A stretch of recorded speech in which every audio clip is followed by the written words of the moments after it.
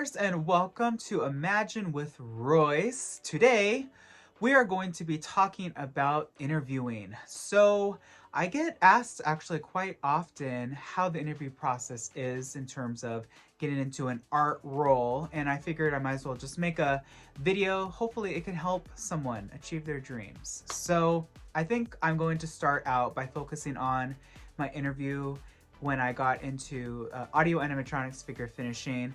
Now that was working under Walt Disney Imagineering Anaheim office, and it was quite intense. Let's start with the job posting. I remember it was during the construction of Shanghai Disneyland.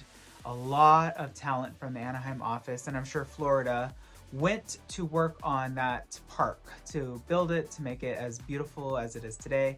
And that left a lot of openings because some of these artists went there for years. They brought their families with them. It was quite a move.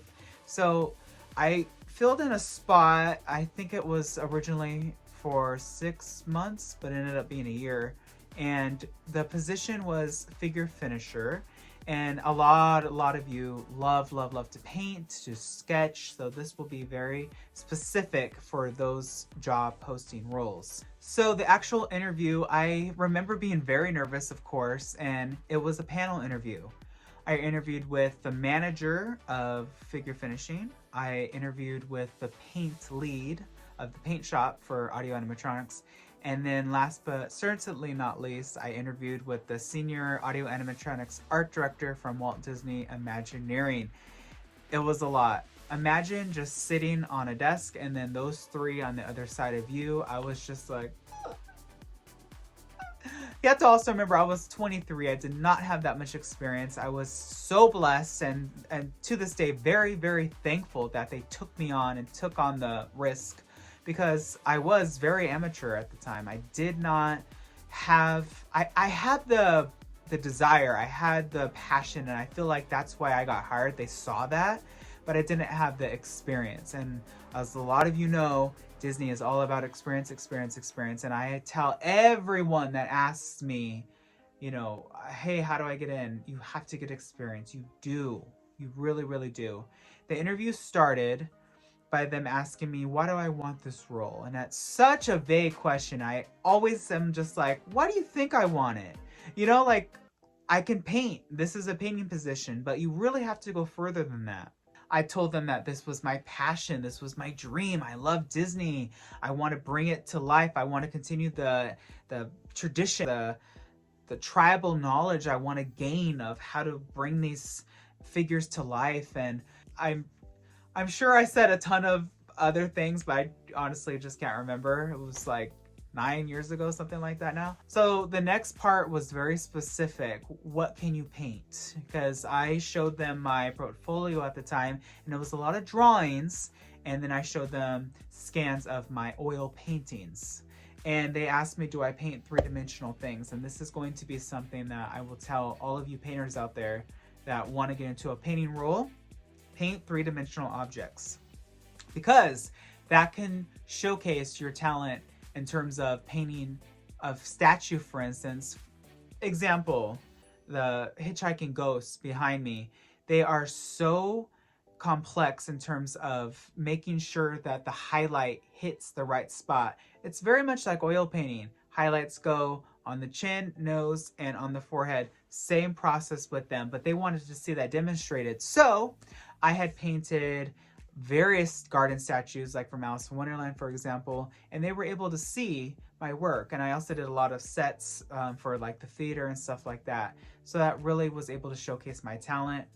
The next stage of the interview, I remember that the manager and the lead painter of the paint shop left, and they left me alone with the art director, Leslie, and she asked me a lot of technical questions. Are you good with silicone? Are you good with like acrylic or gesso? Or how are you with the airbrush?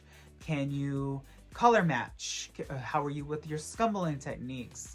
Are you okay standing for long periods of time? How are you doing with highlights and lowlights? Just technical questions like that. And I can't remember a thing that I said. I guess I answered right because they hired me. And that was pretty much the interview.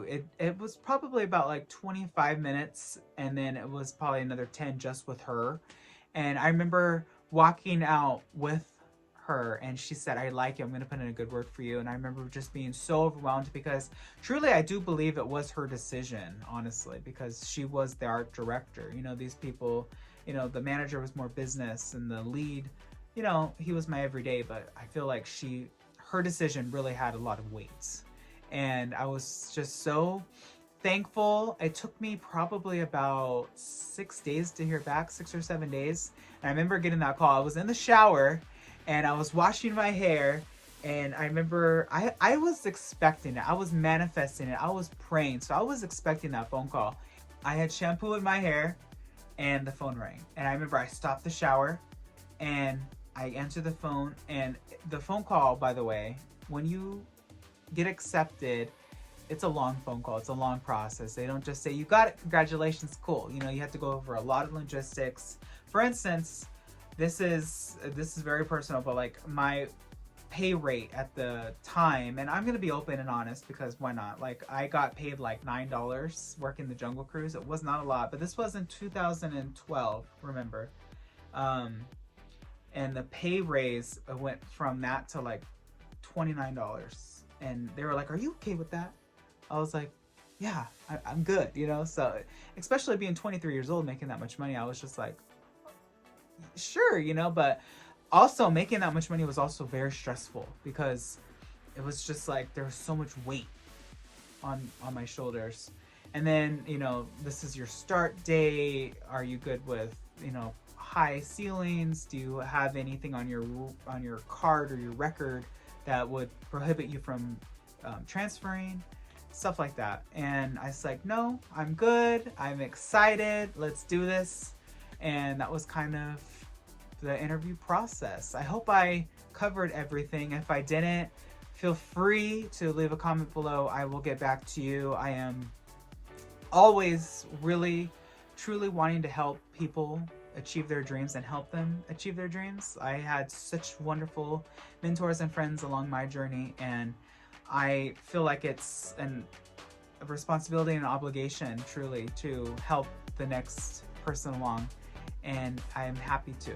So I hope you all enjoyed this video, and if you did, please hit subscribe, like button, the little bell icon thing over there. You know what to do. And as always, remember, dreamers, not only to follow your dreams, but to chase them. Later, dreamers.